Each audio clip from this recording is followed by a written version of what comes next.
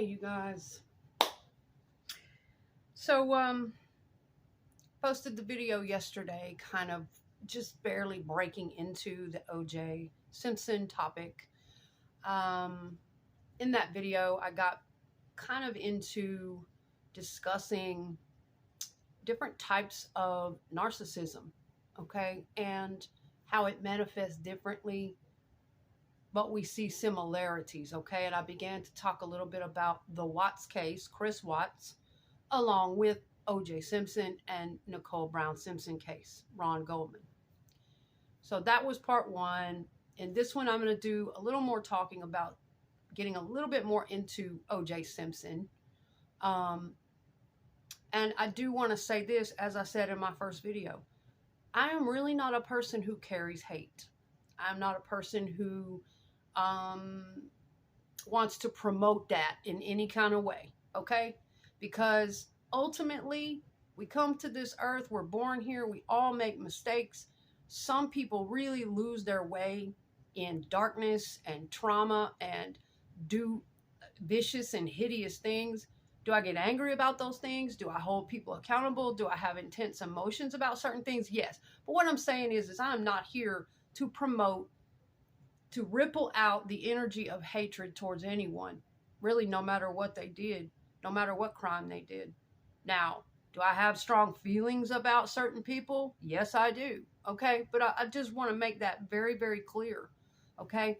And, you know, at this time of O.J. Simpson's passing recently, well, there are people that loved O.J. He had family, he had children, and this, yes, must be incredibly hard for them. They lost their father. And my heart goes out to that, okay? So in no way, shape, or form, you know, it's a hard thing. It's kind of a hard thing to do. But what I'm here to do on my channel and what I do in my videos is I have to, from my heart, it's something I'm passionate about ever since my childhood.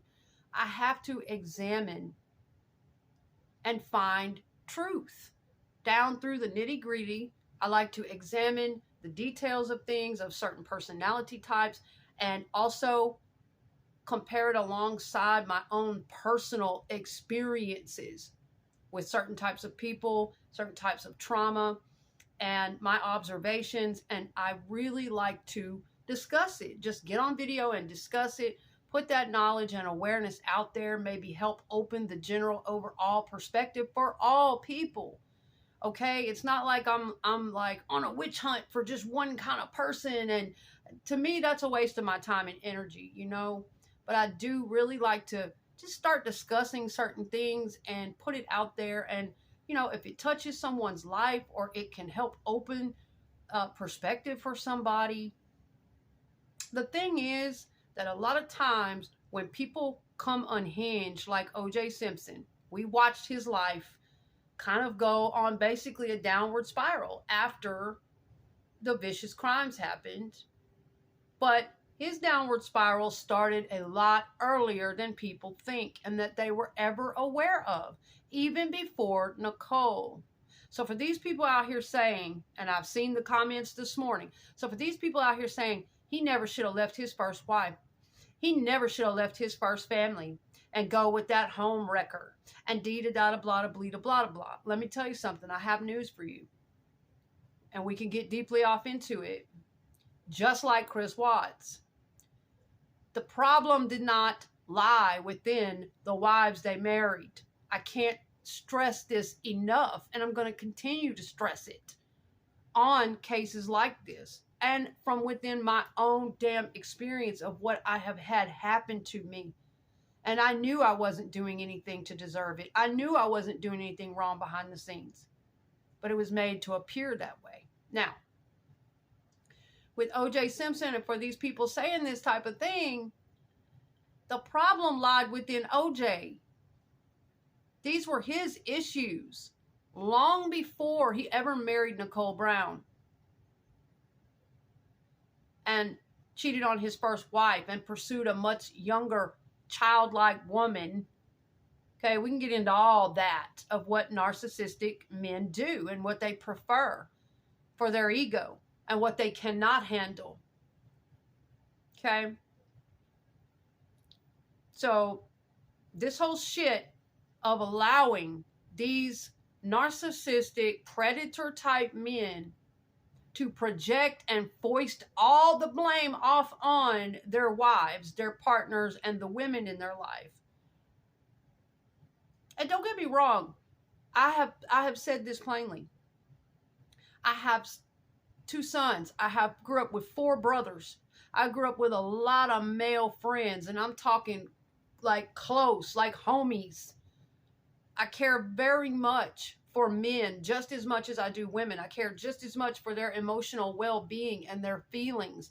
And I care about all people in that way, whether they are man or woman, and helping them grow, helping them work through their traumas, helping them even realize that a lot of their problems today are stemming back to unresolved childhood wounds, traumas, and programmings that they never got to resolve, that they have stuffed and repressed and buried and carried the toxic shame and too ashamed to tell anybody. Their homeboys might rib them about it, or their woman might laugh. They're afraid of that, or they're afraid of being mocked and scoffed at, and they don't reach out for therapy and they don't reach out for help. Historically, there has been a stigma on men like that, but I am glad to see that as we grow and progress and the collective consciousness continues to grow and expand, that more and more men are becoming less and less bogged down in that shame and having to be stuck there. And more men are actually reaching out for help. They're actually able to say, I was hurt, I was abused, I've got some issues, I really need to take a look at this,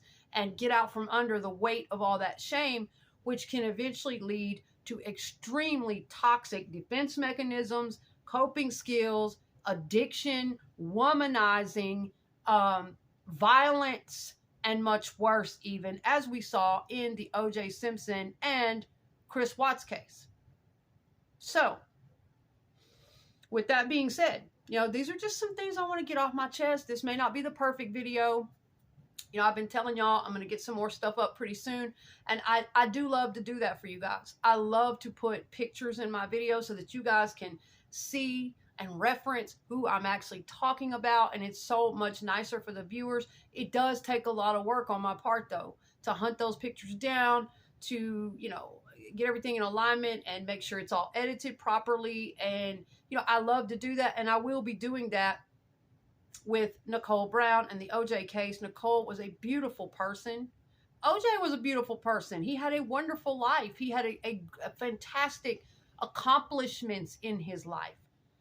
Okay? But there's a lot I'm going to be getting into about his image and the questions people ask about, well, was that even real? He really did that, and that was real. Or was this other part of him real? They both were real. People have got to start understanding and get out of this closed-minded. Human beings really want to just, is it this or is it that? Which one? Hurry up. They can't stand to be uncertain or vague or hang out in the abstracts or the possibilities, the nuances. Well, you know what? Human beings are not like that. We are all wired very differently, but most of us have more than one side, more than one facet to our personality. Most of us are multidimensional. We are very layered upon layered. And most of us, even normal, everyday human beings with not that many issues, we still have a public image, don't we?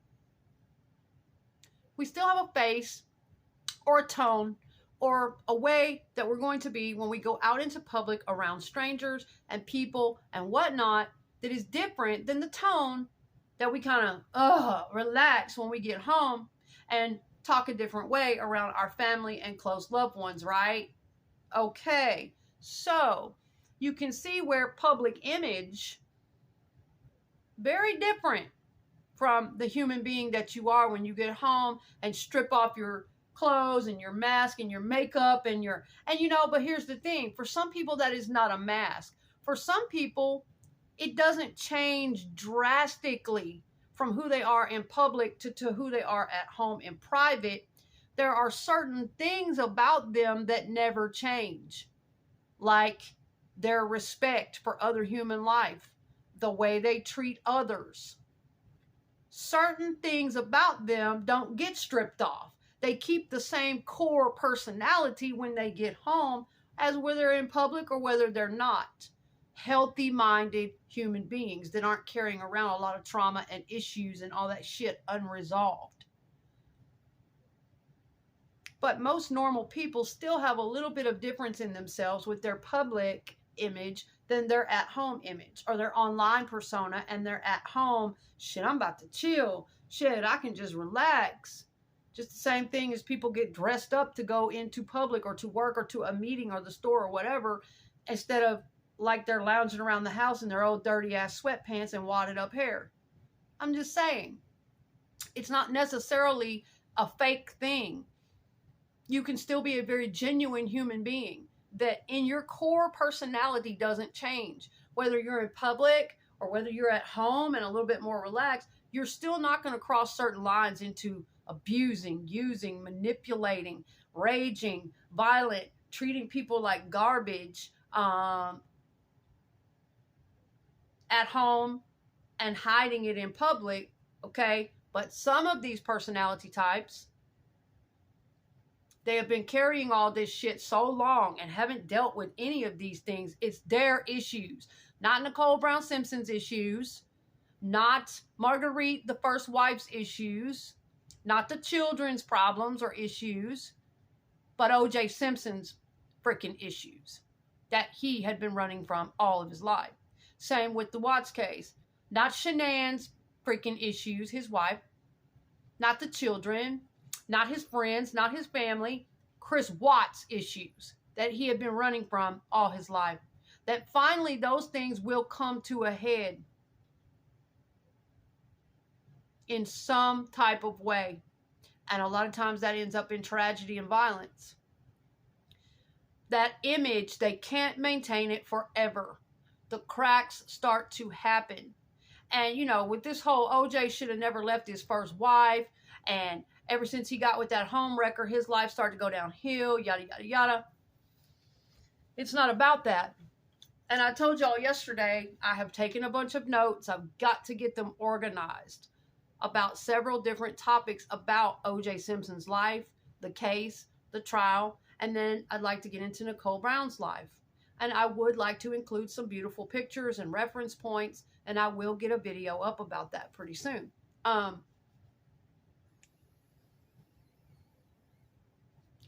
The whole image thing, though,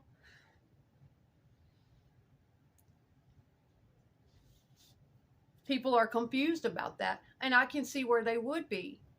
I can see where it would be very hard to believe that O.J. Simpson could do something so vicious, so horrible with the guy that he's always portrayed himself to be publicly.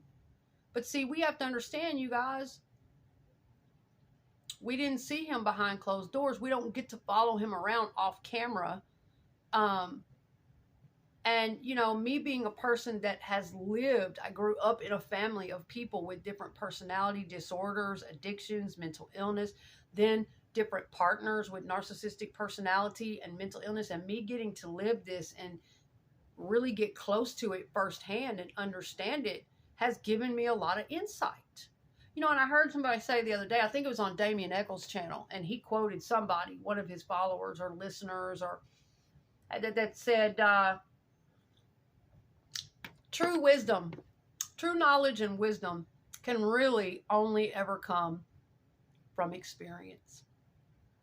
Now, people can point us in the right direction. They can give us their perspectives. They can give us their guidance, and experts can give us their guidance and their area of study. But when it really comes down to it in life, that really hit me pretty hard.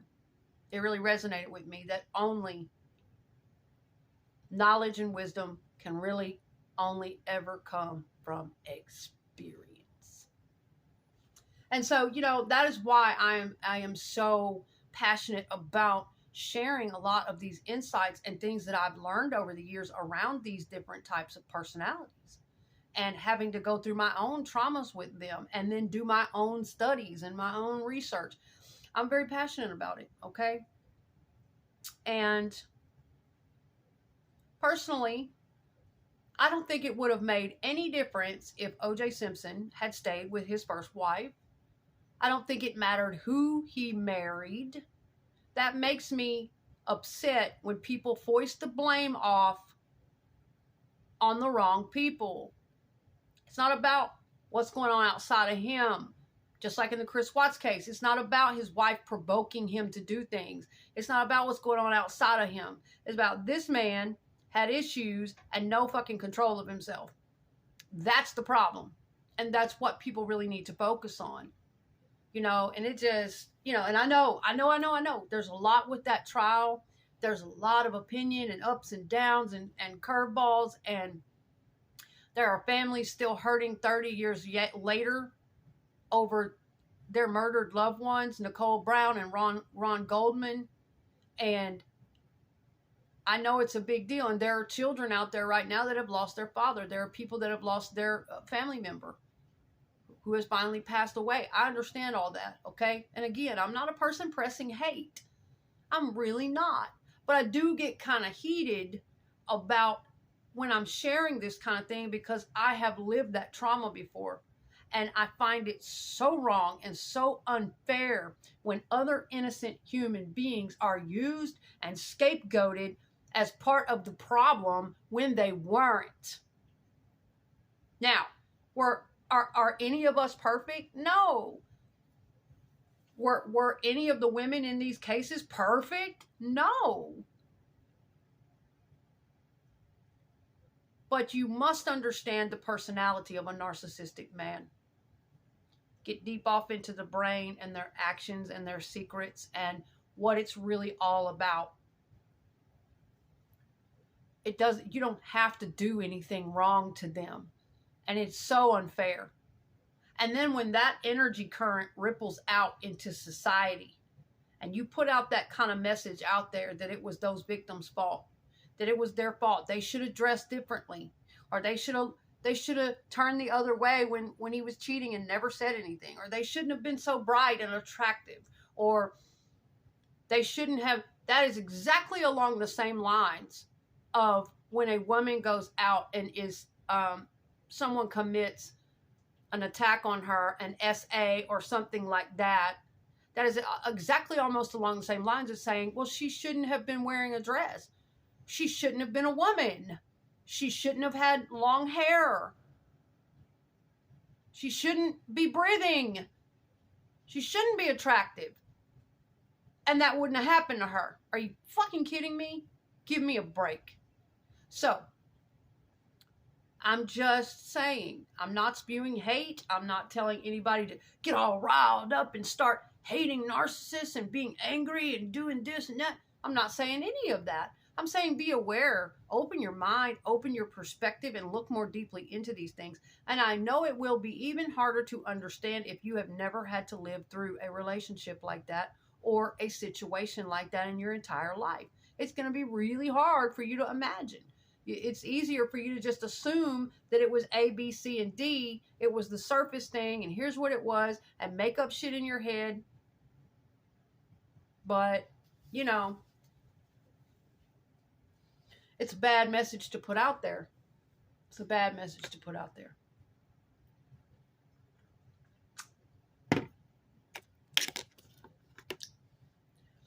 I will say this. Not just men, not just women. I know a lot of people in my life that have a lot of problems, okay? Deep-rooted childhood traumas, things put upon them at an age where they were innocent, where they needed the love and guidance and didn't get it. They got brutality and cruelty and violation, and now they are struggling and addicted and having all kinds of psychological issues and trouble in relationships and trouble with their ego, and cheating and always having to have more. And I know a lot of people like this, and I have had my own personal struggles throughout the years because of things that happened in early life and trying to rewire and be aware of those kinds of things, okay? Now, I will say this. It all starts somewhere, y'all. You got to kind of understand this if you're going to understand the mind of some of these vicious predator types, high narcissistic types that may have some psychopathy or some of that going on. I'm not a professional. My videos are just for spreading awareness and just talking about my own personal experience, thoughts, and feelings. But I think it's good practice to learn about these kind of things and be more aware. And I will say that with a lot of these types who have really high narcissistic tendencies and, you know, certain things in their brain functioning the way it is and the choices they make, it all started somewhere. Okay. And a lot of people have it in their brain, just like in the Watts case, or even in the OJ Simpson case, or in a lot of, you know, things just happen all of a sudden. And oh my God, nobody knew. And oh my God, you know, what could provoke him to do such a thing? And it just happened overnight. He just changed because he was always so great. He was always so nice. And, you know, she must have done something to him because he was so great. Okay. No, no, no, and no. It doesn't just come from out of nowhere. It didn't just start happening. What you knew about and what you saw on television, or what you started to be told when it finally got to the tragic point of no return, it's because that's when you first got to hear of it. That's when it had gotten so far out of control because it had been coming for years and years and building and brewing. Okay, there were problems all along, even in the cases where there were never any reports of domestic violence, like in the Watts case, as opposed to the Simpson case, where there were numerous reports of violence from OJ and terror and fear for her life. Whereas in the Watts case, we never had a report of that. There's a whole different type of narcissism going on within that man. And I've talked about it in some of my videos. But in both of those cases like that, this is something that has been ongoing behind closed doors in the mind of that man. The issues have been brewing and getting out of control. The resentments, the jealousies, the toxic shame that he's been carrying since something. And what I'm trying to say to you is, it all starts somewhere. This is what a lot of people who have never gone through childhood trauma, or they've never gone to a therapist, or they've never really been in that world, or they have been in that world, but they've never really become aware of it. They just keep on living their life and acting like it didn't happen and burying it and going on with life. And they never go to therapy. They never self-examine. They don't really take a look at these things. They're less self-aware. This is what people get misconstrued. They don't understand that just about everything we do in adulthood, especially in our romantic relationships, has a tie back to our childhood and how we were raised and what our caretakers were like. All of that early programming, look it up. Don't just take my word for it. I encourage you, do your due diligence, do your research, do your studying, put your time and effort into it. Double check everyone. It is a fact. Those first 7 years of life, whoever raises you, especially those first 7 years, it really sets and ingrains in your brain. You are very conditioned to that, okay? And you can work on yourself throughout your life. The better, the earlier, if you're going through a bunch of trauma and assault and beatings and violence and seeing your parents beating and violent and addictions and chaos in your home and manipulative shit from your parents and weird shit as a young child, whatever it is, or just shame and ridicule, absentee parents, they're not paying attention to you, whatever it is on whatever level, the earlier that you get in therapy and that's introduced in your life and counseling, the better. You can work your way out of a lot of that. It's just difficult. I'm not saying those people don't heal and recover, because I'm walking proof of that, even though I still have certain struggles. Okay. But what I'm saying is there are many who don't recover. They don't get any help. They grow up with something having gone very drastically wrong in the wiring. And a lot of it's genetic too, compiled with something traumatic happened in the environment, whether it was parental divorce, whether it was bullying at school, whether it was a babysitter attacked them or did something wrong to them, or whether it was SA, or whether it was just kind of a alcoholic parent didn't pay a lot of attention to them, abandonment, whatever it was. A lot of kids go through their life and they're walking around right now in their 30s, 40s, 50s, and beyond, never having gotten any help for those issues.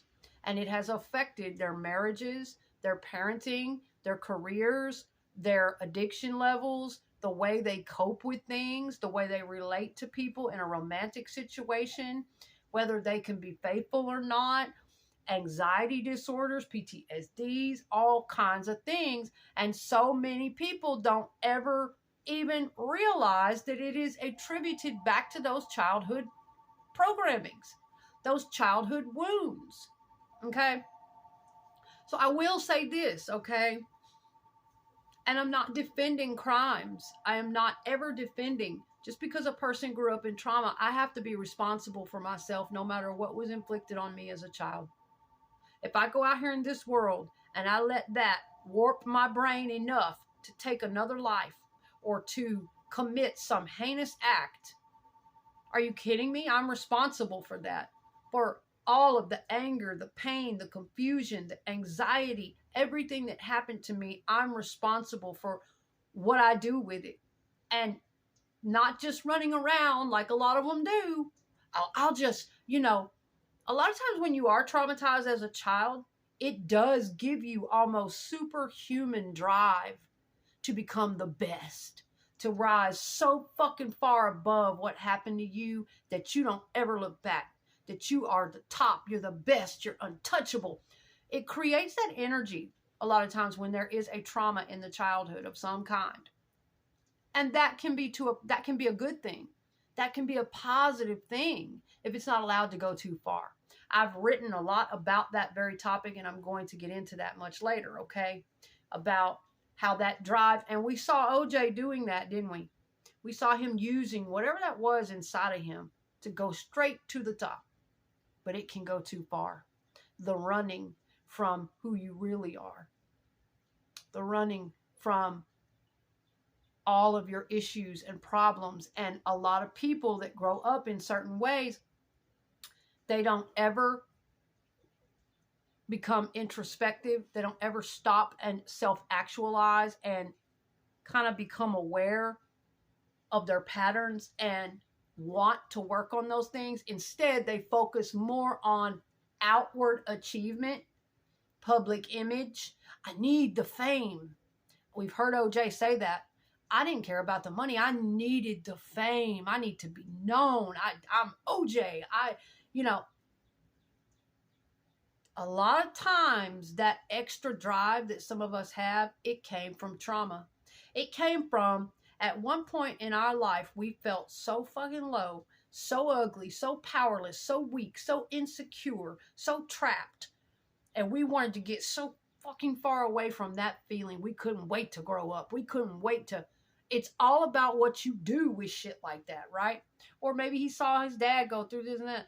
There are rumors, allegedly, he and his father were not the closest growing up, had some kind of issues. I don't know. I'm going to have to delve in and do a bit more research on that. But that causes issues, okay? But you get what I'm saying. And we saw OJ a lot of times, especially people from his generation,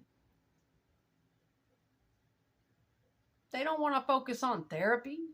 They don't want to, especially a narcissist who has somewhere in his early life been so broken and so felt so insecure and so bad about himself and wanted to get so far away, whether it was the poverty, whether it was abuse, whether it was he didn't like what he looked like, whatever it was, wanted to get so far fucking away from it that they almost become delusional.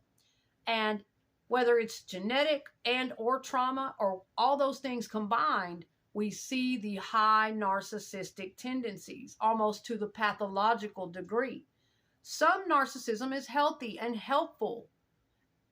We need that to keep us motivated, to give us that extra something that some people may not have, and we're going to get to the top with it. We can do sometimes what others can't. Okay, whatever. Keep it healthy, keep it positive. But when we let it go rogue, when we let it go fucking pathological to that degree, where we have to overcompensate so hard, and we saw OJ doing some of that. You know, I need the fame, the money, the cars, the women, and I need them like a trophy. And I'm going to get all into like why he chose Nicole, why he left that first wife, what goes on in the mind there of especially a pathologically narcissistic man. There's a lot of fear and insecurity in a pathologically narcissistic man, and they're very threatened by certain types of women. And I'll get all into that, okay? But we saw OJ going that direction. A lot of people didn't realize that about him. How could they have? Even me. Back when I was 17 years old when the OJ Simpson trial was going on, when these people died. And I was too young to really know OJ in his prime. And it's not really until all these years later in my 40s that I've been through a couple of marriages, divorces. I've been through a few relationships with certain types of people. I've been around the block. I've had some deeper life experience. I've grown in my emotional, mental, and spiritual maturity levels, and, you know, been through therapy for many years, worked on a lot of my issues, and I am a lot older and more mature. I can really see these things now. Whereas as a young girl, I was the same age as Nicole when she met OJ. Nicole was quite a bit older than me at that time. I'm just saying, she's older than me, but 17 years old is when this all went down. That's how old I was. I'm 47 now. But I'm thinking back to that age of 17 and how aloof I was. I was just a kid. And I won't lie, I had a really bad upbringing, a really rough upbringing. I was assaulted physically, emotionally, sexually. It's an open book. I have a lot of the story here on my damn YouTube. And began running the streets and running away from home. And I was very sexually promiscuous. And now I won't even lie. These are things that I'm not proud of, that I thank God that I changed. But I have to admit them. A person who's brave enough to admit something, that means they are confident in the fact that they have changed it, that they have worked on it. A person who sits up and, oh, I never did that, and I'm too ashamed, everybody will ridicule me, and what will they think of me going forward? I don't give a fuck what people think of me going forward, because I know who I am. And I know that even though I did some of those things in the mind of a growing young person who had been abused, corrupted, manipulated, had not had the proper examples in my upbringing, I know that I'm a completely different human now, and I have full confidence in that, and I don't have to carry that toxic shame. And I tell you that you don't either. There were so many people I was close to in the past that I just could not help them get past that toxic shame. They were so afraid to admit to the things that they had done. They were so afraid to take a look at their character defects just long enough to get over the toxic shame of it and take their power back and be confident in the fact that, well, you know what? If you ridicule me for it, go ahead. But I know I'm not that person anymore. And how can any of us learn if we can't admit to some things in our dark past? So don't ever be afraid or ashamed of that. We're all dark. We all have some darkness. But the only way we can prevent things like what happened in the Watts case and what happened in O.J. Simpson's case is if we admit things to ourselves. Be able to admit to yourself, first and foremost, that you're this way, that you have these tendencies. And then ask yourself why. Start becoming more aware of your thoughts and your actions, and trace them back to whatever. That takes work, that takes therapy. But you know what I'm saying? That's the only way we can ever start to grow and change and heal for everyone. Okay. And at that time in my life, yes, I was quite promiscuous. And I'm thinking of Nicole at age 18. I'm not saying she was quite promiscuous. I'm just saying it's like when you're 47, looking back at how you thought at 17 and 18, you're just like, oh, it's like cotton baby brain. And the things I was doing at that age, I married the first time at 17. But in those years, literally from 12, 13, 14, 15, 16, 17, 18, up until I married my second husband and had my children, I was very promiscuous. I did not know any better. I did not have the example in my life with a strong mother and an example of how a woman should respect herself and how she should care for herself. And the father, alcoholic, and all this abuse and all these dynamics, the power dynamic of him over my mother and all these things. And yes, I didn't give a damn either way if people were married, or I ran around at that age with several married men. And back in that brain, thought it was funny, probably. Didn't know any better. And we blame these young girls, these young children, but a lot of them don't know any better. A lot of them have been raised in nothing but abuse and bad examples, and they need the guidance. And I am so grateful. Now, even though I was introduced to therapy at a young age in my preteens, that's not going to guarantee you that that stuff is going to stick and that your teenager's just going to blossom overnight and be all better. It took me years of going to therapy and committing to it and reading on my own and devotion. Therapist's not going to help you if you're not devoted to doing it yourself in all aspects of your life. So I didn't change overnight, but no, I continued to fuck up a lot of times. All up into my 20s, sometimes some stuff all up into my 30s even. I mean, I'm still learning and growing, but I'm just saying I'm very thankful that I was introduced to therapy. I'm thankful that it got started early. Don't ever stop talking to the children and getting them to know, to have a safe place to express themselves, to examine their emotions and feelings and learn and grow, because eventually, hell no, they're not going to change overnight. They still may grow up for the next 5, 6, 10 years and go out and make the exact mistakes that you don't want them to, or you were hoping to get them out of. They're going to go out and experience that stuff. That shit was deeply ingrained in me from my childhood. It took me many years of devotion, trial and error, like a baby deer learning to walk, putting boundaries down and failing at it, and trying to be more assertive for myself, and then failing at it again and backing down, and toxic relationships, and then getting out of it and retaining the knowledge that I gained and going forward and applying that in the next situation, but yet falling down and going back into a different layer of toxic. It took a lot. It depends on how you grew up and how deeply ingrained into your mind all of that stuff was with your early caretakers and early upbringing, okay? And so I'm thinking about Nicole, and a lot of people are like, yeah, she was a home wrecker, and she should have thought about that. What did she expect? Granted, if you get with a man who was cheating on his wife to get with you and buys you a car and overwhelms you with flattery and money and puts you up in a place, you can just about expect he's going to do it to you too. And you can just about not sit up and expect a good outcome. But at the same time, we women can be naive. We've all been there. I've been there. And especially an 18-year-old girl. She was a child. And so when people look and blame her at that age, this man was 30 years of age. He was married. He already had experienced and accomplished his life, about to retire.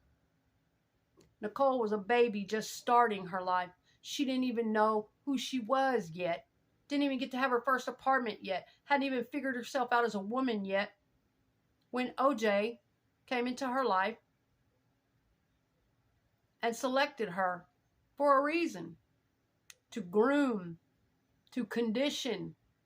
Okay, I've got a lot of thoughts on this, and they'll be coming later on in this video or in the next one. I've got my notes. I just got to get everything kind of organized.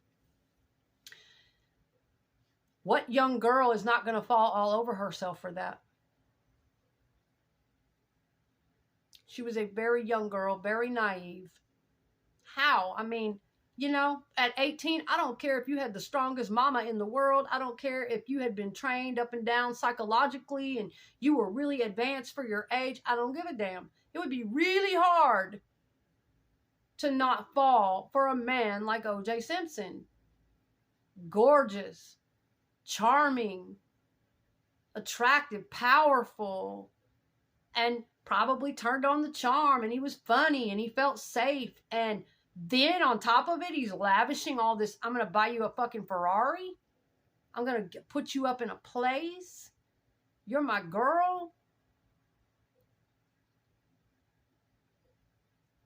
You know, and she might not have known who the hell exactly he was at first. She might have started finding that out after a few dates or as they dated. Maybe she didn't know for the first few dates or for, you know, a while that, hey, he's really fucking married. He's got a whole family besides me. Because remember, back in the 90s, we didn't have internet. We didn't have social media. You couldn't just go to the internet and start seeing everything about everybody's life and their past. And it wasn't that easy back then. Fools could get away with shit back then.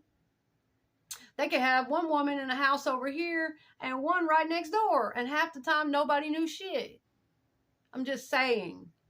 So I think it's going too far to call Nicole a homewrecker, you know? Now, did she know? Did she find out that he was married and all of the things that were, yeah. Yeah, and her family talked to her about it. Well, you know, he's married. After a while, I'm sure, yeah, it became a thing. And she could have made the choice to say, you know, I'm not going to go with this man because he's married. And if he'll do it to her, he'll do it to me. Do you think, I want to know what 18-year-old in this world, including yourself, did you have that kind of wisdom when you were 18? Hell, it took me somewhere up to my 30s or close to 40 to get that kind of wisdom because of my background, because of my wiring. I had to really work on that kind of thing, that I have to set good boundaries for myself. And no, I'm not going with just any old thing, even if they are charming. I love it. I want them. It seems like this. It seems like that. I had to learn to set good boundaries for myself and read red flags. But that is not easy, especially for an 18-year-old girl. She doesn't know what the red flags are yet. She doesn't have the damn experience that we do. It takes experience to have that knowledge of those red flags and to be able to go, oh, if he's going to do it to her, he'll do it to me. And oh, this is wrong. It's like at 18, well, yeah, you know it's wrong. If they're married and you find out, oh, you're married, but at 18, it's just a different ball game. You don't have the same maturity and wisdom and respect for things that you do when you're grown in 30s and 40s and on up, you know? And so you can imagine what she felt like being swept off her feet by this gorgeous, dynamic, powerful football stud. And let me tell you something. These mugs are manipulative. They will literally, I've had it happen. You have to understand. They want to put it in their mind that it's just this blonde chick and she's just home wrecking and chasing him and hounding him down at his wife's place. It ain't like that. A lot of times they'll come to you and they will play this pitiful, horrible narrative for you, right? Now imagine when you're 30, 40, you're going to be like, dude, dry it up. I already know. But still, you might have that empathy in there to be fooled, to be, oh man, I really feel for you. You mean your wife is really that horrible and she really cheats on you and she just neglects you and she doesn't want to give you any time. But we're also a lot wiser, okay, at this age, and we're not going to fall for that shit a lot of the time. But it would be hard. How could you prove it? You know, it's like, now imagine being a 17 or 18-year-old, and a lot of these highly narcissistic men, I promise you, it's happened to me, and it was unfair. They will go out just in order to get their fucking ego boosted and to get what they want. They will leave a perfectly good woman at home, perfectly good wife. And I'm talking, and this is not gender specific. Men and women can be narcissists, pathological narcissists. I grew up with a father and a mother who are both that way in different ways and degrees. So don't come for me. I'm not saying this is gender specific. It can happen to men too. But in this case, we were talking about OJ, Nicole, and whatnot. And what my personal experience, and I'm a female, okay? I've had people come to me, and I've had people go right out after being with me for years. I've been in situations with narcissists like this, okay, on all ends of the spectrum, where they were trying to cheat on their wife and where they were trying to go out and cheat on me. And the stories that they tell women, the little pitiful, horrible, they love to get pity, okay? So beware of those sob stories. They love to get pity. They thrive on pity. It's an energy and it gives them power. The more you feed them pity, the more powerful they can fill up. But what you're not knowing is while you're pouring that pity and empathy out to them, they were just at home abusing their wife. They were just at home driving her crazy, ridiculing her, keeping her awake all night, committing SA or any number of things, mentally, emotionally, psychologically tormenting her, using her, disrespecting her. And she finally got sick and tired of it. And just stop it. Or whatever the case was, cut them off, or, got tired of them coming in drunk, or whatever the case was. And so now they are out instead of what? Instead of going to therapy, instead of stopping right there and saying, I think the reason that I don't like myself as a man, I think the reason why my ego is so fragile and I get so much rage and so much toxic shame is because I'm not a good man. I front like I'm a good man. I have built a good public image that I wish I could really be, but I know deep inside what I really am. And instead of them stopping themselves and becoming self-aware and doing some work on the inner growth, all they do is move from the next to the next to the next to the next. Another woman they can lie to and deceive, and another person that can give them pity and adoration and attention and poor you. And they leave a trail in their wake of chaos and suffering and unfair treatment, and it's just that way, okay? But they will do that. They will go out and, make up all of these things that the wife has done. And it could be literally a woman who turned herself inside out for that man, who was beautiful, outgoing, sexual, satisfying, great relationship, good cook, good mom, whatever. Beautiful home, wash the clothes, even willing to work, or, could cover all the bases. And a lot of times a pathologically narcissistic man will still cheat. He will still have to have a bunch of groupies on the side. Women that haven't gotten to know him as well as you.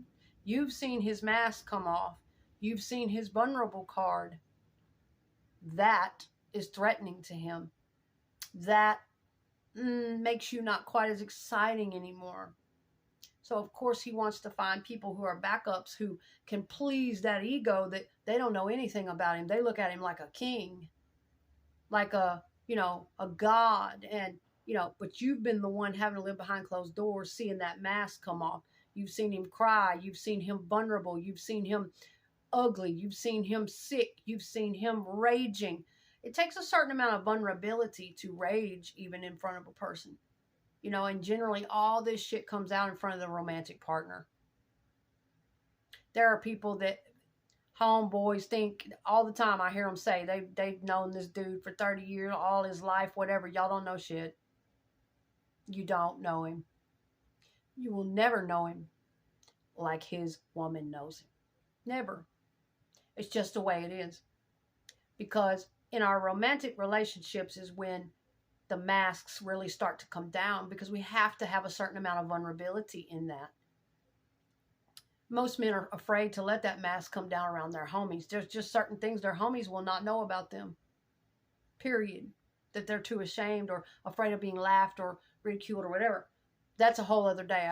I've got a lot of writing and thoughts I want to share on that too, about how the wounded inner child begins to come out in our romantic partnerships.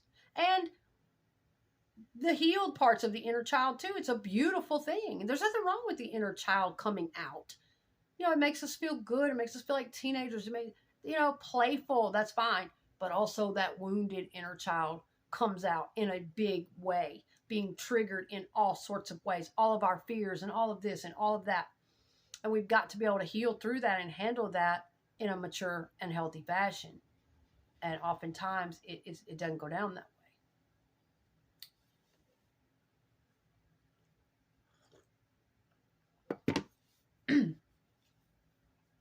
But yeah, I have a lot I could say on the whole OJ and Nicole thing. And again, you know, I do feel for the family. I feel for the kids. I feel for everybody involved in both cases that I've talked about, the Watts and the Simpson cases. The family members, the kids, all of it is just tragic beyond belief, okay? But I see so many things, you know, that, and I know that I'm never going to be able to change the world. I'm never going to be able to, you know, people can have their perceptions and their opinions, but when I know that it's so closed off and it's so lacking in important information, I just feel driven to do my part to keep sharing and to keep trying to put certain amounts of awareness out there, okay? And but I've kind of been seeing that a lot, and there's a lot of people still out there that don't think OJ did it, that, you know, this, that, and the other, and I have my thoughts on all that too. You know, for a long time, it was really hard for me to think he would be capable of such a gruesome, vicious, you know, because we know the extent of the damage to Nicole Brown's throat and her body. But, you know, when the medical examiners and people got to discussing it and talking about how it's a crime of passion, whoever inflicted this on these two people's bodies had a lot of emotion in them, towards them. This wasn't just some damn random stranger or robbery or no, this was rage. I mean, built up, okay? And after a while, the pathologically narcissistic person, they build that up for you. You know, you would ask yourself, how on earth would somebody who once supposed to love me, how could they feel that way? They can. It's different for them. They don't really connect in a deeper, healthier form of love for you. It is more of a need for you, an obsession with you, that to control you, to own you, to, and for a man like O.J. Simpson, who couldn't treat his woman right, couldn't stop cheating, womanizing, that's what most of their fights were about. Couldn't treat his woman right, although she was completely devoted to him. She loved him, wouldn't even look at another man for years. Her family knew this. Her friends knew this. She loved her children and her whole life with OJ. But for a man like OJ with his ego, and even though he could not do right by her, he could not stop. Again, that's those toxic issues I'm telling y'all about. How if they're not addressed, They will follow you and follow you. It all starts somewhere. And it, of course, affected his marriage. And even if he had stayed with that first wife, it would have affected that marriage too. Sooner or later, it all starts crumbling and the issues catch up and they start coming out in toxic ways. That's how a person tries to cope with all that trauma and issues that they're carrying, is by womanizing, cheating, drinking, drugging, whatever it is, and not focusing on working through those issues. When a person acts like that, that is their way of trying to cope with deeper issues. So, first wife or not, whether he had stayed with her, that family or not, sooner or later, this would have come out. He couldn't keep running and just totally focused on image forever. Now, that was the man he wanted to be, and he accomplished a lot in his life, but he knew he was running from something too. And boy, he ran far. Like, he didn't even want to identify with where he came from, really. And so people need to understand that's some serious issues that he was running from. So it wouldn't have mattered if he stayed with that wife or this wife or who he married. Or so for these people saying he should have stayed with them, and he just got with this wife, and his whole life started going downhill because of that wife wrecker, home wrecker, and all this. Sorry, Mr. Simpson's life started going downhill because of OJ. OJ's life started spiraling out of control because of OJ, because of his issues that he wouldn't deal with. And he just continued to get worse and worse. He had a beautiful life with Nicole. Had a beautiful life with the first wife too. He caused the problems. He wanted to cheat. He wanted to lie and womanize and feed his ego as much as possible and find a younger woman he could groom and consume and control and overwhelm her with flash and dazzle and money. And she was a child in the mind. And then they made a beautiful life together and beautiful children. He had it all. O.J. Simpson destroyed O.J. Not Nicole, not Ron, not anybody Nicole dated, not his first wife, Marguerite. No, they didn't do it. O.J. did it to himself. Do your research. Watch the documentaries. Listen to his friends, people that knew him. Like, come on. Nicole was a great person. She was well liked, loved by a lot of people, including people that surrounded OJ and his friends. So it's just wrong. It's just wrong to put out that message, okay? That it was the woman's fault, that she asked for it, that had she not home wrecked, or had she not worn this or that, or had she not tried to go on with her life, or had she not dated, after a while of being mistreated by your man and trying your best to hold on to him, after a while, years and years of being cheated on and disrespected, eventually you do get to a point where you will go on, or you do try to go out with other people, even if it hurts you in the heart. That's kind of normal. Well, fuck it then. And there were times where Nicole was like, I want him to know how it feels. I'm not saying two wrongs make a right. I'm not saying that something like that, trying to egg each other on, is right at all. It's not. It's immature. But we do things like that when we're immature. However, do we have the right to viciously take someone's life because they provoked us like that? They hurt us like that? Nope. I've been done that way. And I know the pain of it. I know the betrayal of it. Did I have the right to take that person's life? Nope. Did I have to just take a step back and look at me and what I could do to better myself and heal those feelings? That's all I could do. But, OJ couldn't do his woman right. Couldn't stop his ways. And so, of course, Nicole was left with no choice but to move out, to try to get some distance from this. And go on with her own life, even though she still loved and wanted OJ. It's not fair. I know what it's like to be put in that position and to feel that way and to love a man with all your heart. But he's just doing you so wrong that it's going to kill you if you stay. Now, there was physical violence too, but I'm talking about, I've been in situations where the mistreatment was so bad, like the disrespect, even without physical violence upon me, that the disrespect and the mental, emotional torment all the time, and the drinking and the blatant disregard of my love and my energy and goodness in his life, that brings cancers and tumors and heart palpitations and sickness and bad energy to your life. Eventually you have to get out of that. But then it breaks your heart at the same time, because you got to let that man go. And there may be times where it's love, where it's wonderful together. So I know what it's like to be in a position like that. And then on top of it, she got kids with him. So this was not easy for Nicole. This was not easy, okay?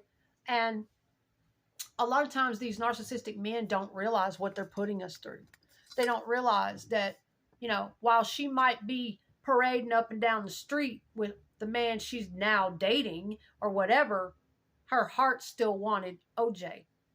These narcissistic men don't seem to understand the pain they've put us through, and how even if we are trying to move on and just find some light and some spirit and something within ourselves, that woman deserved to go on and grow up. She didn't know nothing but OJ since she was 18. She deserved to go on with life. He wasn't ever going to do her right. He wasn't ever going to stay faithful to her. She was a trophy. I'll get into that in a later session. She was a young, naive, easily to manipulate, own, consume, control trophy to feed his ego with. To be able to parade her around and say, I got this young, blah, blah, blah woman, and I'm the best. That's, he in his mind, who wasn't all the way emotionally mature, all the way emotionally developed in his emotional intelligence, he thought that was the way to kinghood. You know, all that kind of shit. Using someone, not really doing it for the love of that person, but using someone as a trophy to prove, chest beat, how big I am, how attractive I am. I'm the king. I'm the best. And, you know, I'm not going to get into the more racial part of it. I don't know. I have friends of all types, colors, cultures, and I love it, okay? I just want to believe they fell in love with each other. You know, we would love to believe that, because both of them were highly attractive, whatever characteristics they fell in love with each other, white or black. They were both drop dead, gorgeous human beings with, you know, probably a great freaking chemistry. But sometimes there can be psychological reasons why people gravitate towards and away from their own people. I'm just going to leave it at that. Whether it's some kind of trauma in the childhood, just like for a long time in my life, I gravitated away from men who were more aggressive, who were quite a bit bigger than me. I would avoid certain types when I was younger because of the trauma inflicted on me by my father and what I grew up with him. But I also gravitated towards a lot of alcoholics, and he was alcoholic. But at the same time, I would avoid certain body types and personality types because of his influence. And I had to work through all of those things. And then I got to a point in my life where I didn't have a type anymore, where I grew and I was able to heal and learn and grow, and therefore just become attracted to human beings. You know, and it wasn't as much about a type. But you get what I'm saying. As with OJ and Nicole or whatever, sometimes there might possibly be reasons why a man is going towards, or a woman is going towards, a different type of human being than what they're used to being with or being around. So you just never know. But I'm going to go ahead and clip this video. but I wanted to get a little bit more of this out.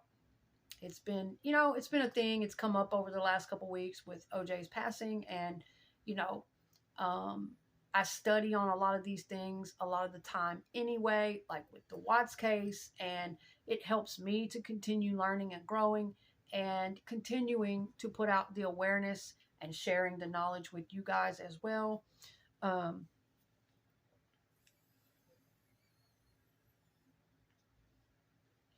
but I definitely want to help people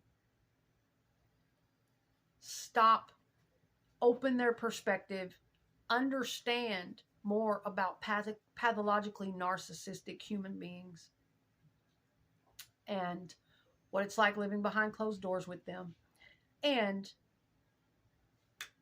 stop the blaming of the victims. Stop putting out that message that, especially when it comes to women, that we need to dampen and darken ourselves and dull our shine and go into this little quiet corner and not to be alive and vivacious and do the things we love for fear that it will provoke this man, and his fragile ego won't be able to handle it and something terrible will happen to us. And the people who ridicule and bash and shame and mock Shanann Watts, that's the exact message you're putting out. Okay? And again, with the O.J. Simpson thing, I just want to help open the perspective that all of this kind of shit starts somewhere in these men's lives. It's not something that just came up when the attack happened. It's something that's been there in their lives long before they met their wives. Long before. Okay?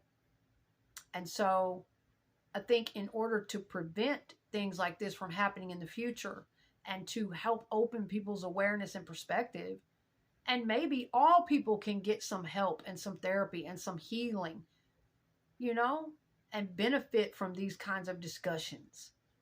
Even a person suffering from high pathological narcissism, which if it's NPD, it's really hard to get treatment for it because they refuse. They can't. It's something in their brain that they will not and they can't acknowledge it, admit it, see it. But, a lot of times there is room for healing in all people. And it doesn't have to go that far, man. It doesn't have to go that far. We can get a hold of ourselves in here and how we feel about ourselves and stop trying to control what our partner, the public, everybody else is thinking. It's got to come from in here.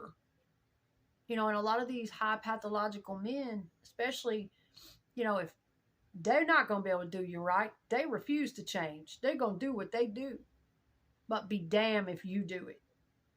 And I'll be damn if my property is seen running around town living her life with her head in the air with my money with a new man. But yet he could do it to her the whole time and is willing to go so far as to wipe her off the face of the earth.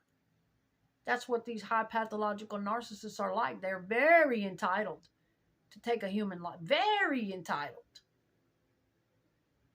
And Chris Watts had some similar characteristics, just in a different type of way.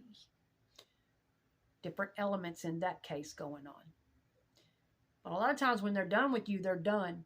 When they realize they can't control you, they can't dull your shine, you're still making them feel. A lot of times the narcissism is based on fear. I know you wouldn't think it in a man like OJ. A more alpha, more outgoing, grandiose narc. Chris Watts, the more hidden, more inferior feeling, covert narc type. But fear is at the root of a lot of things within men like that.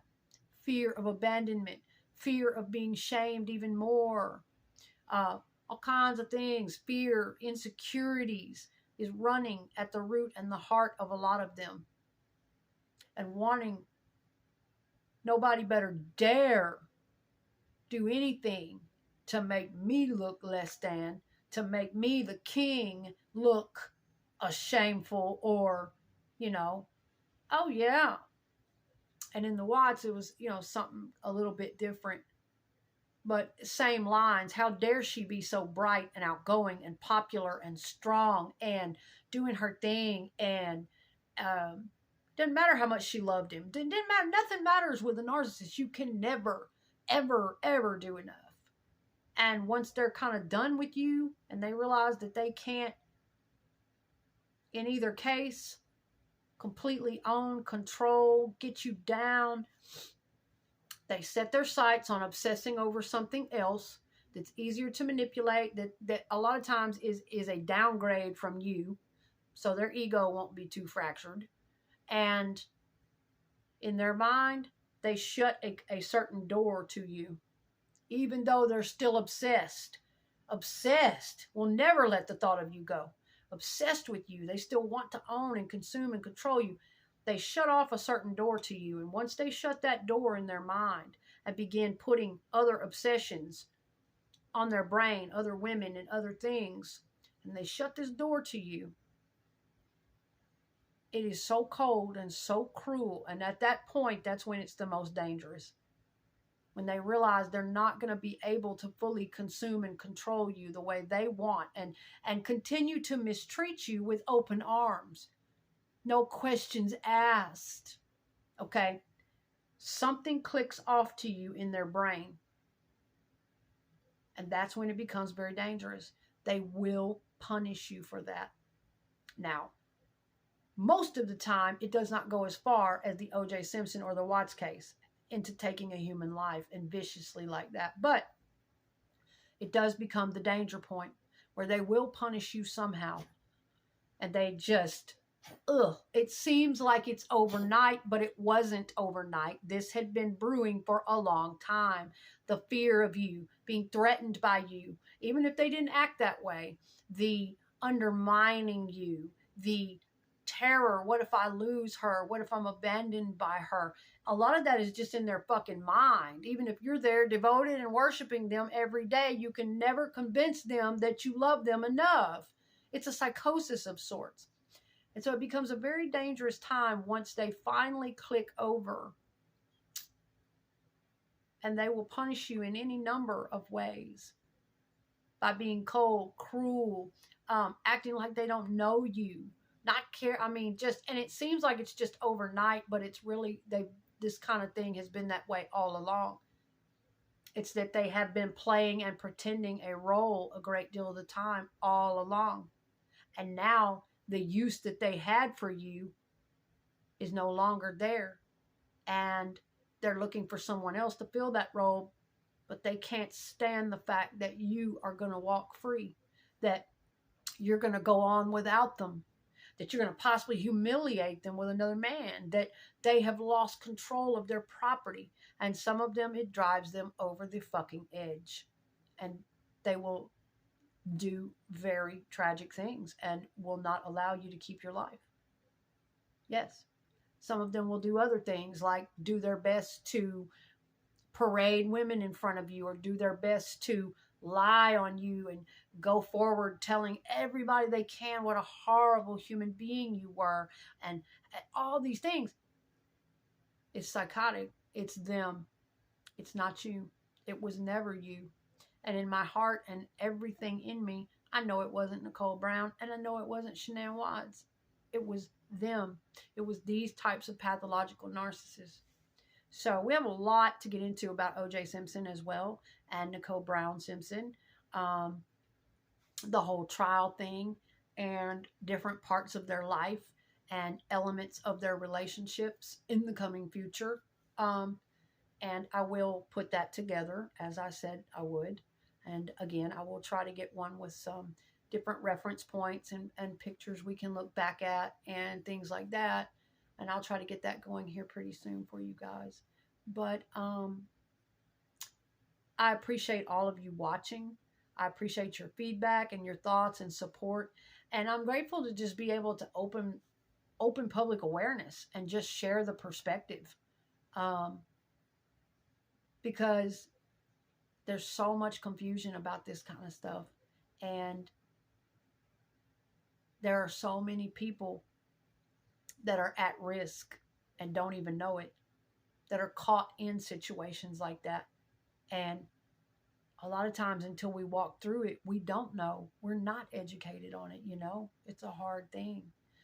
But all right, well, if you enjoy my content, you got something out of it, click like, um, leave me some comments, whatever, click share. That helps my channel continue to grow and my content continue to get around and reach other people. And I'll be back with more soon. Okay. I really appreciate you guys for watching.